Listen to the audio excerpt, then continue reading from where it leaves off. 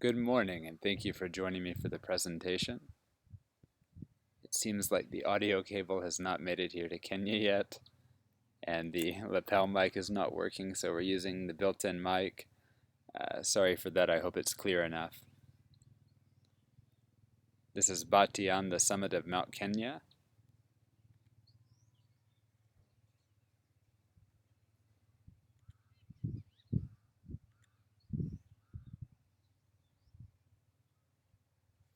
We are the Vigilant Stewards, and this is the YouTube channel, and we are documenting what we were doing here at Fortify the village.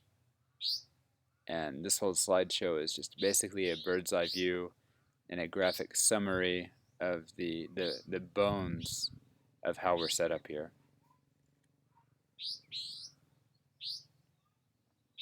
If you would like to pause on this screen to read through, this is large and small scale levels and how it affects and how it's put together and how it relates to the community. I would invite you to do that.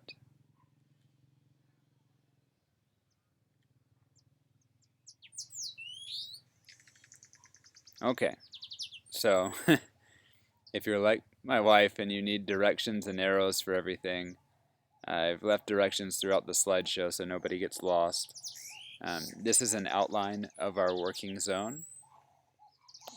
The intensive management and fertility site is our homestead site, and the attached 3 places are cooperative.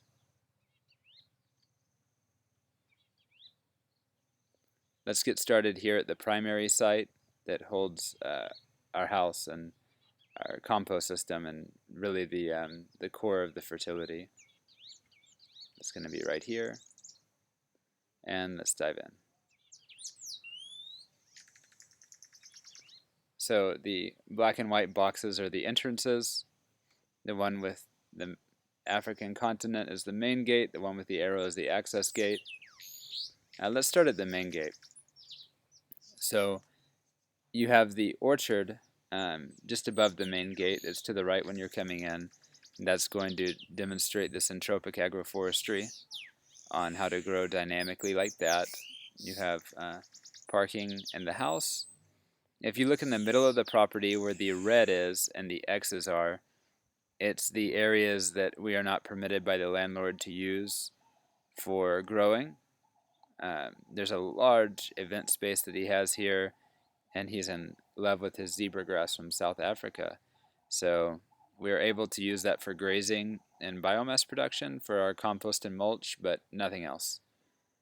So we have that area, and then you can see on the left side there's kind of a row of trees, and it's kind of a rectangle split in half. That's also a no-go area. He has a little miniature cedar forest there, and we are permitted to do understory crops, but we cannot affect anything that's going on there. As well as below that, it's an open grass area that we're permitted to do small biomass trials with compost biology, but not entirely that. So I mentioned the gates and the orchard on the right, but on the left, let's get into our farm zone. So when you come in the access gate on the left, you see a small storage shed. We're actually building a solar kiln right now attached to that to dry firewood. All the firewood here is wet, does not burn when you bring it home, is not good for charcoal production, is inefficient, requires more usage of wood to create a larger fire to burn off, and is problematic. And so it needs to be properly dried, and that's difficult when it rains all the time. So instead of just leaving it out in the sun, we're building a thermal mass solar kiln. When you move up above, the yellow area is, as you can see from the pond and the bird, our riparian zone. It has an aquatic area and edge of the aquatic area, which is riparian. And that's really important, as well as the larger structure here with the symbol on top of it is the poultry house, as they call it. And that is really important. That's like the engine that produces our compost. It's a Geoff Lawton compost tractor design where the material gets fed in and it just is like a conveyor belt. And then where the carrot and the green box is, that's the area for our vegetable farm. So there's a lot going on the left side of the property and a little bit going on the right. And just living in the middle. And if we own the property, it would be all in use and better design. But this is what we're able to work with our rental situation.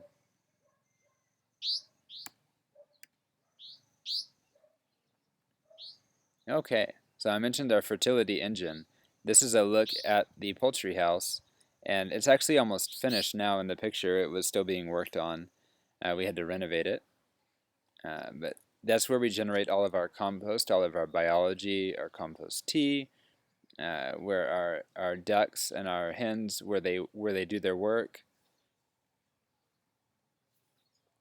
The riparian zone with the pond is close to completion, and this one you can see it's in a very early stage. This is our aquatic system for producing nutrient-rich biomass for the animals and for the compost. We have an inflow there, and in our videos you can actually see how we created a small-scale demonstration of earthworks, of water management, and of water terraces that as the pond dries out during a dry season, it reveals shelves that you can grow crops on, which is very helpful in arid areas when water levels fluctuate throughout the year naturally. So far I've given a tour to about 40 people and nobody's ever seen anything like that before, and they all think it's very helpful, and we've so far inspired 2 other people to implement a design like this on their property. One of them was the guy that helped me dig this hole. This is basically where we accumulate nutrients. Whenever the water and groundwater settles on this part of the property, it's the lowest point. And so we can use this system to not only harvest water, but to accumulate those nutrients in a way that the biomass that comes out of it is useful for our other systems. So it's kind of a catch for anything leaving the property. So here we have some greens growing already, some sukuma wiki or kale. The farm will extend up the hill through the shrubs there for the kitchen and veg bed. You can see where that arrow goes. It'll go all the way up there. And then the finished compost from the system will come out of the poultry house, and it will be deposited on the farm at the top of the hill, and those nutrients will come down with the rain down slope on contour as well. The water harvesting off the roof of the poultry house is deposited into a river rock basin to slow it down and spread it out before it enters the pond, which cleans the water. And this happens as well with the water coming off the hill. And you can see this slope comes down here, and that's on this side of the poultry house. That's how the water moves down into the vegetable bed. So, on the left of the poultry house, that is our no-go zone. We can use it for understory crops and wildlife and free-ranging the birds. So anything that is a no-go zone, we have some use for it, but maybe not the exact intensive use that we would have otherwise to demonstrate. But it does have an ecological function, so that is a benefit as well. So that's something we're going to maximize and do the best with what we have.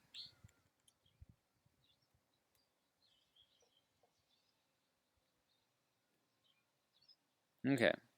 So what I've covered is what we were already working with, what we have. So let's move on to what we're going to be working with to reach the fullness and the scale that we need to really impact people and have a full site to demonstrate what people can be done on either 1/8 of an acre or 80 acres. First, let's look at the auxiliary site flush with where we just were. It's right here.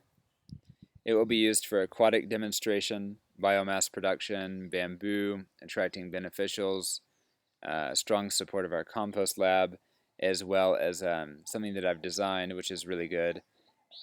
We have a way to take polluted waste streams that have a lot of chemical dump in them, that's organic material. It was conventionally grown with industrial chemicals here, and break that matter down into stable forms that do not negatively affect our biology and compost production, so we can remediate a lot of waste stream here instead of it just getting dumped into a trench in the ground. And that system will be separate to the organic one, so it does not affect the production. We can use one central irrigation tower to serve both sides of the fence. You can see the yellow here and the arrows going out to demonstrate that.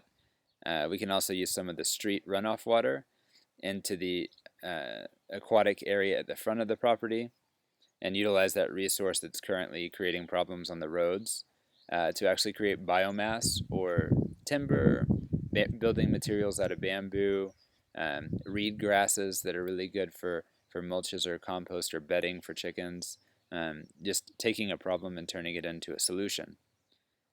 So you can see we have like a green zone, like kind of a teal or blue zone, and the yellow. So it's kind of subdivided already into different uses. The green zone will be a lot of biomass production. The yellow and blue will be the aquatic, and then the darker teal is like kind of a flex zone. All right, so let's move into the main area now. The main agroforestry site. It's really going to be the showcase, which is right here. If you look at the bottom right, that's where we're coming from, okay? The arrows. This is the main contoured syntropic agroforestry demo, along with some larger annual beds and lower maintenance food forest experiments. There are a few options on water storage, and we'll look at that later, but basically we store it upslope and either in the ground or in a tower. So you can see the blue lines are the contours that we hold the water on and grow trees on the downslope side of that.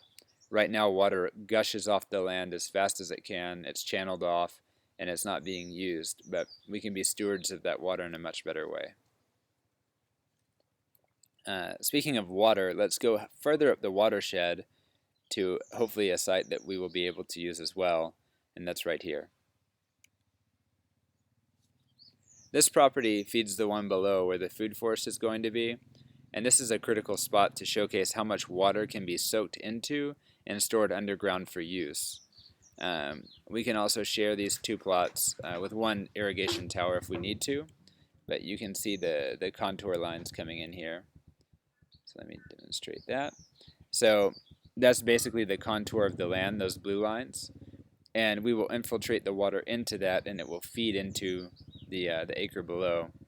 And we will be demonstrating how to slow water down, spread it out, soak it into the ground, store it underwater, raise the water table, and hydrate things seasonally from below and create much more water resiliency to drought, which is super important in this arid area. Okay. Again, an overview of the four pieces conjoined here. So we have the main site, the auxiliary, the intensive site, and the watershed. And beyond this, there are many opportunities to help. And if you hear motorcycle taxis and cows and things, I'm shooting this under the tree outside, as if I were giving a tour. That's better than being by the carpenters and the children. So sorry for that noise. So there are many opportunities to help beyond this core area, and I just want to take a look at that and showcase it. Okay, so right across from us in the like turquoise, our neighbor has a timber forest that has dappled light from the canopy that has no undergrowth. It could be utilized to grow a subcanopy and shrub layer, medicinal, and food sources. And I would love to partner with them after I have something more to show, because they use that for timber production, and people here are very skeptical of ideas until they see results, especially people coming from outside. No, pretty much skeptical of everybody, I would say. So there's also a large open field that is mostly unused above that, the unknown unused field, very large. It slopes down to the street in between. And at the back of our property in the red, there's a communally gifted land for certain people to subsistence farm on. And to get them to stop spraying poisons, I'll have to show them a strong alternative to what they're doing that's more profitable, that produces better quality food, etc. So a note on that also, the chemicals that are sprayed in Kenya are some of the most persistent and damaging synthetics made for agriculture anywhere. And we really have to deal with the damage of those. So I just wanted to say thank you for joining us on this journey. And this is just a small preview of everything that's going on. This is the beautiful mountain. You know, you're always welcome to visit. Karibu sana, as they say. We give tours here and do demonstration, research, and education, as well as community outreach and installation. And our goal is just to create a more abundant and diverse amount of food, as well as to increase community health and household wealth generation, and to steward the resources that God has given us with the rain, which is being neglected, with our soil and with our animals. But we can transform the solar energy from the sun, the atmospheric nitrogen, the rain, and the minerals in the soil through the use of plants and genetics and earthworks into healthy and healthier soil every year. And this is regenerative, and at a certain point it's not really regenerative because it's already regenerated. It just continues to build upon life, and you create more and more fertility. And so this is our goal, to show people how to go beyond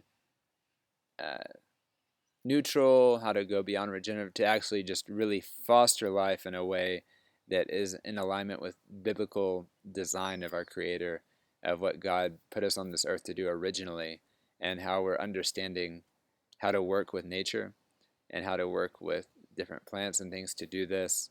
And this is our whole purpose, is to put this property together to showcase that we can really build a stronger foundation for the economy and lift people out of poverty and create a lot of solutions to problems that exist here. And this is not just fluff talk. I've been working on the ground, and that is the feedback that I'm getting, that people agree with this. They like this. They see the promise in it. And we reach believers and unbelievers alike. And I think that it's going to make a huge impact.